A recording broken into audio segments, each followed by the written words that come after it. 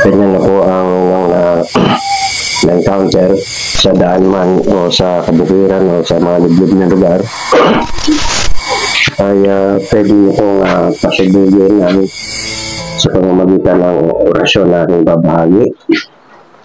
So yan, bago lahat ako nagpapasalamat kay Rosalito Rodina Paul na taga San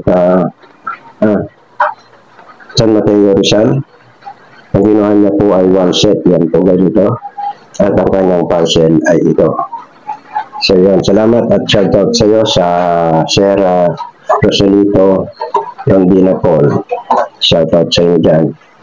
Yan, yung aking babahagi ay babanggitin ng 3 beses. Ito po yun.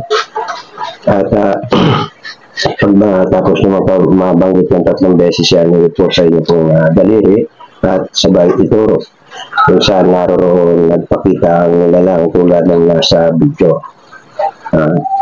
Yun, sana magamit kayo ng gusto ang binahagi ito at naway makatulong po sa inyo bilang sagdata. So God bless. Thank you for watching.